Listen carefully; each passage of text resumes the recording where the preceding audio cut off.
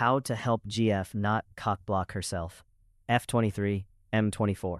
I've been in a relationship with my girlfriend for over 4 years, and I can honestly say that things have been great between us, especially this past year. However, we faced a bit of a challenge when it came to our intimate life. For a while, we were only connecting physically about once a month. After a lot of open conversations and vulnerability, we managed to find a rhythm and now enjoy each other's company about once a week. Recently, I decided to ask her why she didn't seem to want intimacy more often, especially since she often makes jokes and sends me flirty memes. To my surprise, she revealed that she actually wants it more, but struggles with the idea of planning it. She hates the thought of scheduling intimacy because it kills the mood for her. For instance, if I casually ask if she might be in the mood later, it completely turns her off. So, I've been trying to keep things natural and spontaneous throughout the day, avoiding any flirty texts or hints. Then she shared something interesting. She often finds herself in the mood while at work, thinking about what we could do together when I get home. But even that thought process seems to dampen her excitement. I jokingly said, "So you're cock-blocking yourself?" She shrugged and laughed, saying, "I guess you can call it that." While it's a bit frustrating, I know it's not a deal-breaker for our relationship. I've been making an effort to ensure she doesn't feel pressured, but it's tough when she seems to be the one holding herself back. I really want to help her find a way to enjoy those moments without overthinking them. If anyone has tips on how to navigate this tricky situation, I'd love to hear them. Today, I messed up by not using my brain filter. You know how sometimes your brain-to-mouth filter just disappears? Well, that happened to me recently. After a long 12-hour shift, I was stuck at work waiting for my Uber to pick me up. I finally got a ride around 9 a.m., and my driver had the most stunning, long, wavy ash blonde hair. I couldn't help myself and complimented him on it. But then, without thinking, I blurted out that I wondered what it would look like spread out over my pillows. The car went completely silent. I could feel my face turning bright red as I realized what I had just said. I closed my eyes in embarrassment and muttered, "I said that out loud, didn't I?" He just chuckled and cheerfully replied, "Yep." I think it's safe to say he probably won't be picking me up again anytime soon. So lesson learned, always use that brain filter, especially when you're tired. WIBTA for asking this autistic university student to be quiet or go elsewhere. I often find myself at the university library, which has 3 distinct areas: social spaces where chatting is encouraged, quiet spaces for soft whispers, and silent spaces where absolute silence reigns.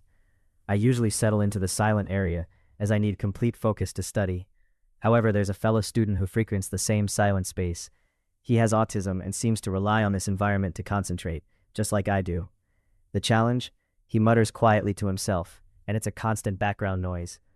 I've noticed that if anyone else were to whisper at that volume, I would politely ask them to either quiet down or move to a different area. But here's the dilemma. I'm hesitant to approach him. Even though I know I wouldn't be in the wrong for asking, the thought of doing so makes me feel uncomfortable. I can't shake the feeling that it would come off as inconsiderate, so I'm left wondering if I would be the bad guy for wanting some peace in a space meant for silence. It's a tough situation, and I just want to find a way to balance my need for quiet with understanding his needs. Am I the bad guy for telling my ex-affair partner that she's not my kid's mother, so respect that? My life has taken a wild turn recently, and I could really use a drink to cope with all the drama that has unfolded in just 2 weeks. I'm 34 and was married to my ex-husband Dan, who is 35. Together we have 3 daughters aged 10, 7, and 5, as well as a 7-month-old baby boy. Unfortunately, Dan had an affair with a coworker who is just 23 years old. I was completely unaware of their relationship or that they had a son together until everything came to light.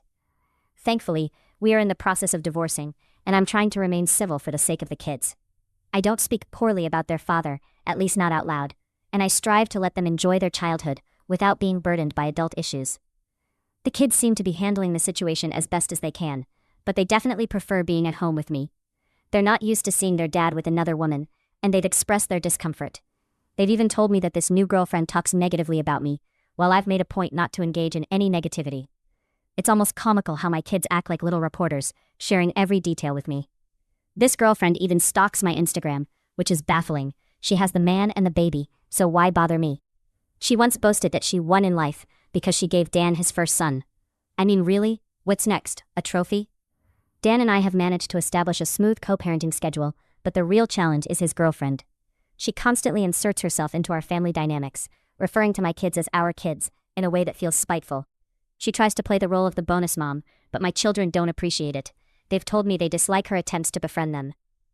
A few weeks ago, she suggested that we should have a healthy co-parenting relationship. I couldn't help but think, co-parenting with you? I didn't lay down with her, so that's not happening. Last week, things escalated during a drop-off. My youngest daughter was unusually quiet and upset. Before they got out of the car, I spoke with her, and when they arrived, Dan and his girlfriend were there. My daughter didn't say hi to her, which prompted the girlfriend to grab her and insist she should say hello. In that moment, I felt my temper flare, but I managed to stay calm. I intervened and firmly told her not to grab my child like that again. The girlfriend responded by saying my daughter needed to show her respect, because she would be in their lives. I was taken aback. My kids are still adjusting to the changes in their family, and this is not something that will happen overnight. I stood my ground and told her that just because she had Dan's baby doesn't mean she is their mother or can replace me, and she needed to respect that.